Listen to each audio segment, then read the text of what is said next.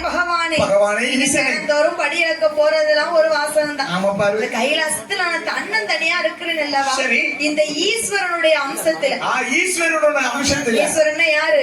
பரமசிவன் பகவான். ஓ பகவான், உங்க அம்சத்துல எனக்கு ஒரு குழந்தை வேணும் என்று சொல்லி கேட்கிறேன். ஓ பார்வதி கேக்குறா என்ன? ஐயா ஆண்டவனே பகவானே பரமூர்ல தென்னாட்டுடைய சிவனே இந்நாட்டோருடைய இறைவனே இறைவனே தினந்தோறும் நீங்க பூலோக மக்களுக்கு படி இழக்க போறீங்க. இந்த கைலாசத்துல நான் தன்னன் தனியா தானே இருக்கேன். என்ன பிறந்தவங்க நாடு சொல்றது தஞ்சம் சொல்லி அமைதியா தானே இருக்கேன். டிவி இருந்தா ஒரு நாடகம் பார்க்கலாம். ஆமா கைலாசத்துல யாரு டிவி? கண்டிப்பா வேற ஒரு புக் இருந்தா படிக்கலாம்லாம் கிடையாது. டிவி இருந்தா நாடகம் பார்க்கலாம்.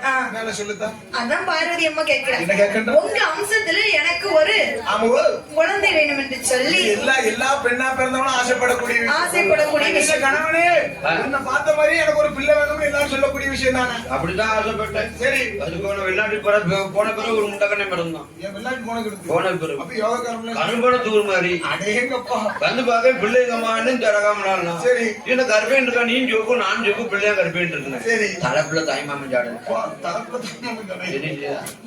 சும்மா ஊட்டிய எழுதியாவோட.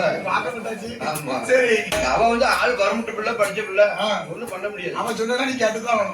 சரி அப்போ பார்த்தாள் ஆதிசக்தி பார்வதி கேட்ட பொழுது கேட்கும் பொழுது பார்வதியின் வார்த்தை கேட்டு வார்த்தை ஆண்டவன் தான் சிவபெருமான் மறுநாள் தினமதியில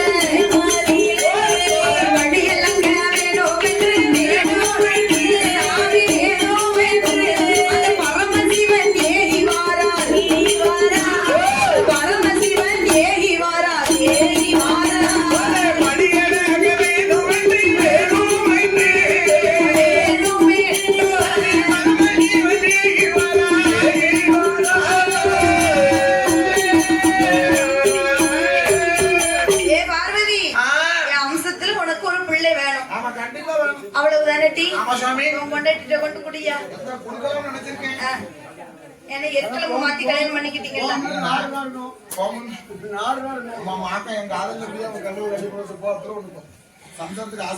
அப்போ பார்வதியின் வார்த்தை கேட்ட பகவான் தினமதிலே படி இழக்க வேண்டும் என்று சொல்லி பூலோக மக்களுக்கு படி இழந்து முடித்து விட்டு திரும்பவும் கைலாசத்துக்கு வரக்கூடிய நேரத்திலே அந்த தெய்வலோகம் தன்னதிலே ஒரு முல்லை அரும்பை பார்த்து ஆண்டவன் சிவபெருமான் அந்த முல்லை அரும்பு பக்கத்திலே வந்து நின்று முல்லை என்ன செய்கிறார் தெரியுமா? ஐந்தெழுத்து மந்திரத்தை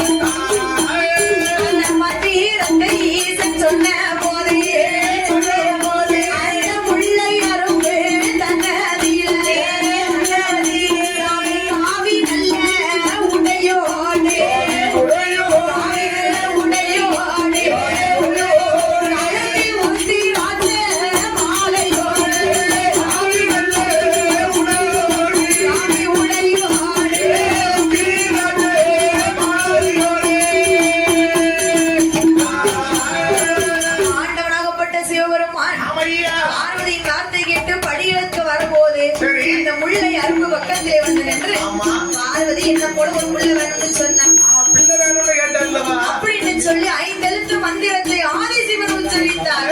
அப்படி ஆதிசிவன் உச்சரித்த போது இருந்து ஒரு பாலகன் பிறக்கிறார்.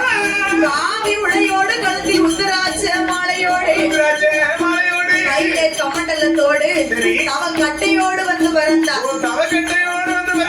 ஆமா பிறந்த ஒரு பிள்ளையை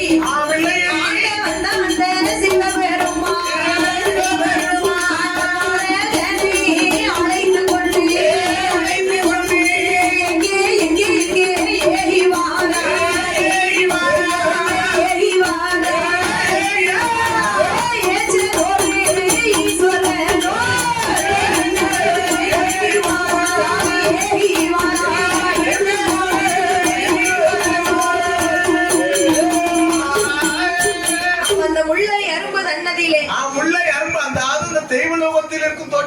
ஆமா. அந்த முல்லை அருந்து பூக்களில 5 எழுத்து மந்திரத்தை ஆண்டவன் சிவபெருமான் உச்சரித்த போது ஜூ மந்திர காளி அது எத்தனை அர்த்தம் வருது? 5 எழுத்து தாயி. ஜூ மந்திர காளி.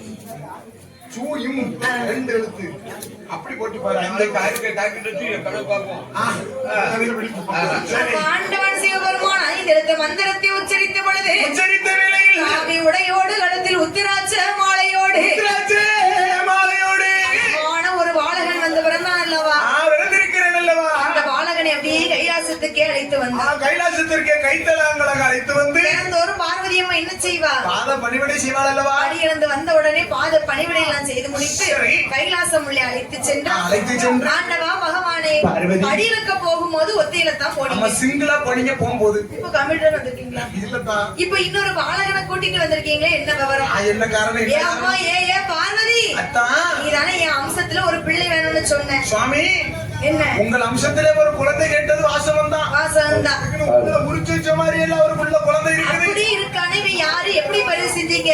எப்படி பரவி செஞ்சீங்க? என்ன காரணத்தோட பரவி ஏடி அம்மா பார்வதி, ஏடி அம்மா பார்வதி, ஈசனோட வார்த்தை கேளு. ஏ அம்மா பார்வதி, இந்த பிள்ளையை எப்படி பதிவு செஞ்சீங்கன்னு தானே கேட்டேன். ஆமாதான். பிள்ளை அறுபதென்னதுல 5 எழுத்து மந்திரத்தை உச்சரித்து சரி. அதனால இந்த பாலகன் வந்து பிறந்தான் அல்லவா? அந்த 5 எழுத்து மந்திரத்துல பிறந்த குழந்தை, ஆமா அதாவது உங்க அம்சத்திலே பிறந்திருக்கான் என்று சொல்லி ஆமா. அந்த ஈஸ்வரனும் சொன்ன போது ஆதிசக்தி பார்வதியா, ஆண்டவனே பகவானே, ஆண்டவனே பகவானே, ஆதிசக்தி பார்வதியே,